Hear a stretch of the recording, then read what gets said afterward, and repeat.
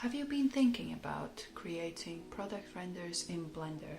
In this video, I will share with you how I created these lovely images. Also, we'll run you through the whole process, starting from modeling the product till the finished render. I will share a lot of valuable tips along the way, so make sure you stay till the end.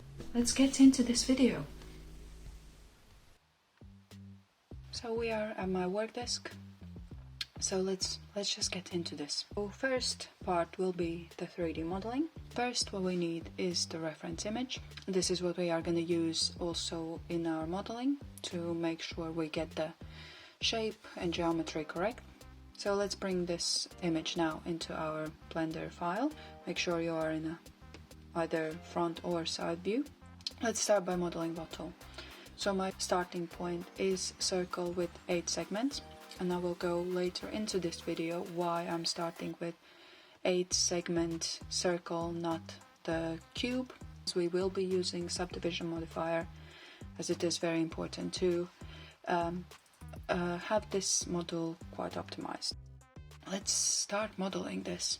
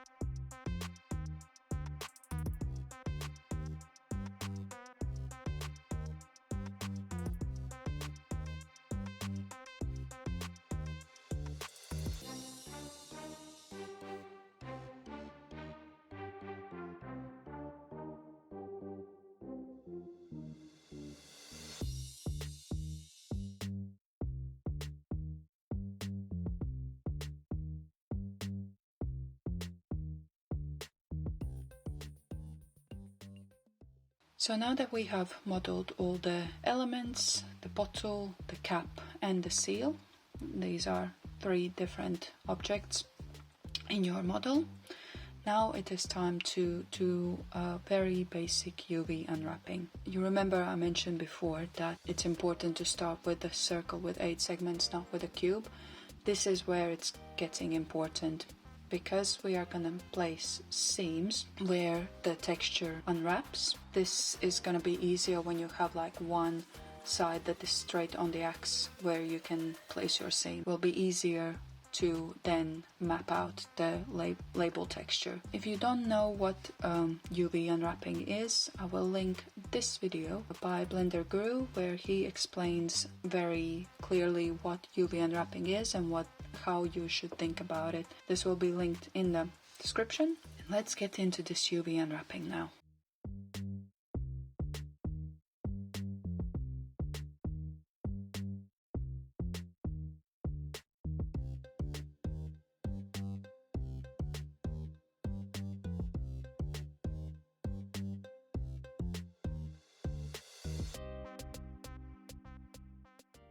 Now that we have unwrapped our model, it is time to do the texture. And in this case, I will be building the texture within the same material for both the bottle material and the label as well. So let's start by building a base material for the bottle. In this case, it is a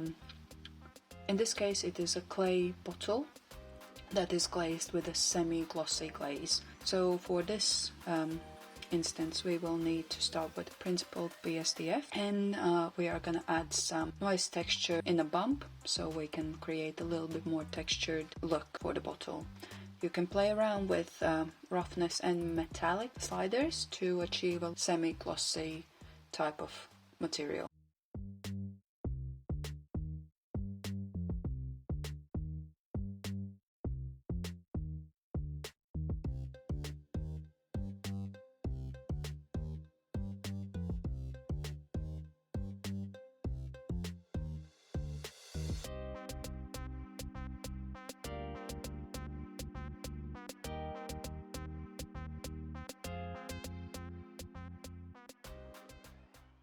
Now that we have built the base material, we are going to start placing the label masks.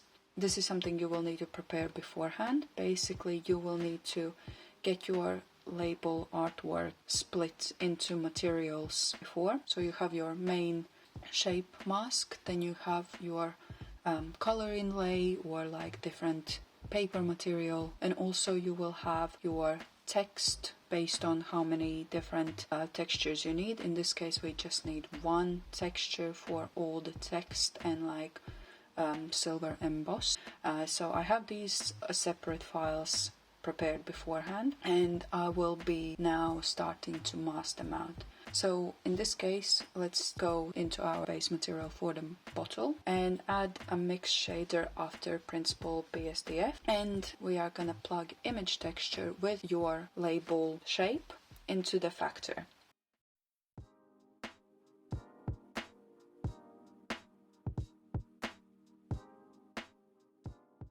So now that we have plugged in our image texture for masking out the label, we need to go back into our UV map and adjust how we unwrapped our bottle to make sure that our label sits nicely in the center. We are gonna do that now.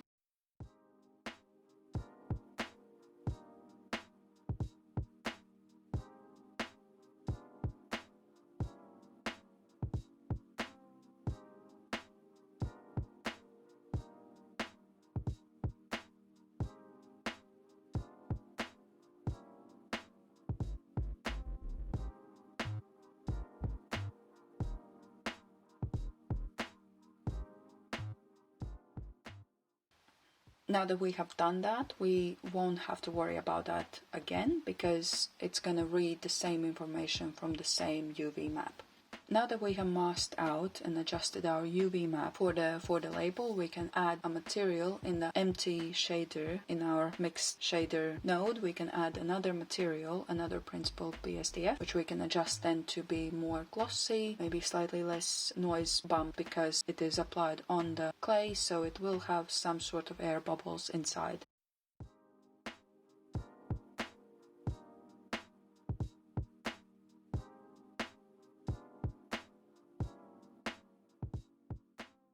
Now that we have created our label shape and have added material to it, we are going to pretty much repeat the process for our purple inlay and also for the silver emboss part of the label. And you need to think about this also as building on top. Basically, you start with your main shape, then your color, and then your main text on top. So basically, it's almost like a layered type of artwork.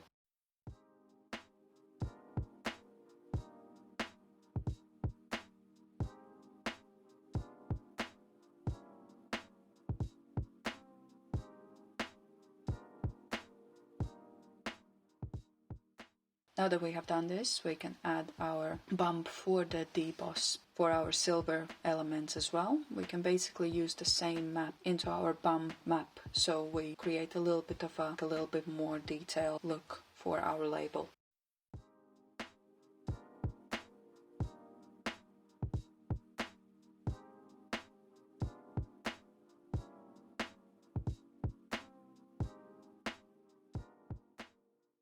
So now that we have built our materials, we are going to light this render, so it's to create our final renders. Do not underestimate lighting, because it is important to light your products well and to be more appealing. You can create the greatest model, lovely details and stuff, but if it's not lit properly, it's going to decrease the appeal of the renders. Let's get into a little basics of it.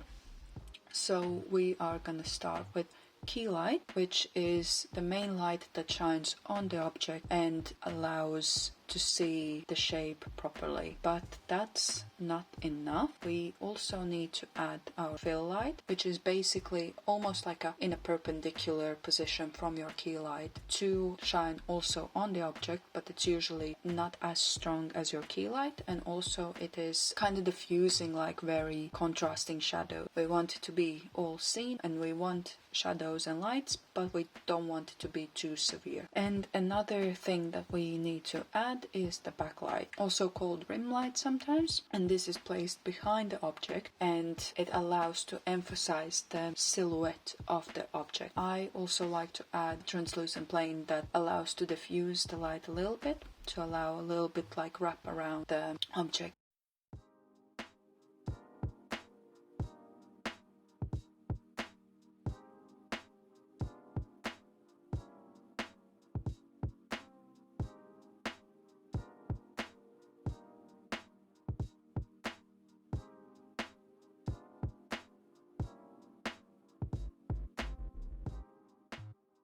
That's absolute basic to light your product, but in this case it's not it.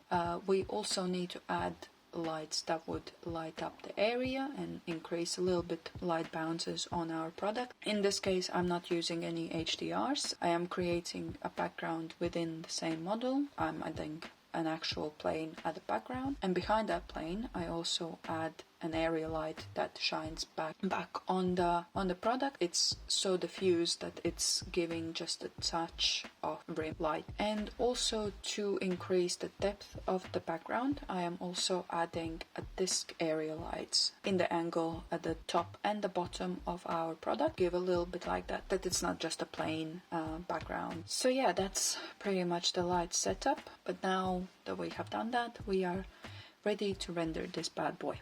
In terms of rendering, I am rendering with cycles, and I will show you little tips to increase the rendering speed. We don't need extremely high resolution. We want to get it quick, just as a test render, and then we can render in higher resolution. To speed up your rendering times, let's first go into our noise threshold for rendering and increase it from 0.01 to 0.1. As this is quite light scene, there's a lot of light elements and it doesn't need lower noise threshold than that. The next thing what we want to do is reduce our max sample size. You can see it's set on 4K as standard. We want to reduce it to 500. For this purpose we don't need insane sample sizes, like 500 is absolutely enough. Under light path menu, we want to tick on fast GI approximation. Under Performance tab, we want to enable spatial splits and persistent data. In the Color Management tab, we can do a little bit of color gradation. In the View Transform, choose either AGX if you are in the new Blender version or Filmic. AGX is a new setting for Blender 4.0. It's supposed to give more realistic color gradation. You can choose Filmic. It works perfectly fine. In the look menu, I always go for either medium high or high contrast. Gives a little bit more saturated colors and allows it to pop a little bit better. So yeah, we have set our render settings and now it's time to render.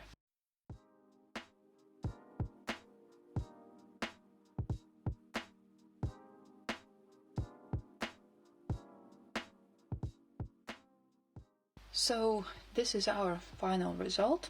Quick process rundown. You can obviously do more post-production in Photoshop if you wish, or if you have access to it, to bring certain elements more to life, but it works pretty fine like this as well. This is the whole spiel. So if you enjoyed this video or gained any value from this, please leave a like so other people can find it. Subscribe to my channel for more videos like this where I will break down my projects. Leave a comment with a cocktail so I know you stayed till the end and actually gain all the tips that I shared with you in this one. Thank you for watching and I will see you in the next one.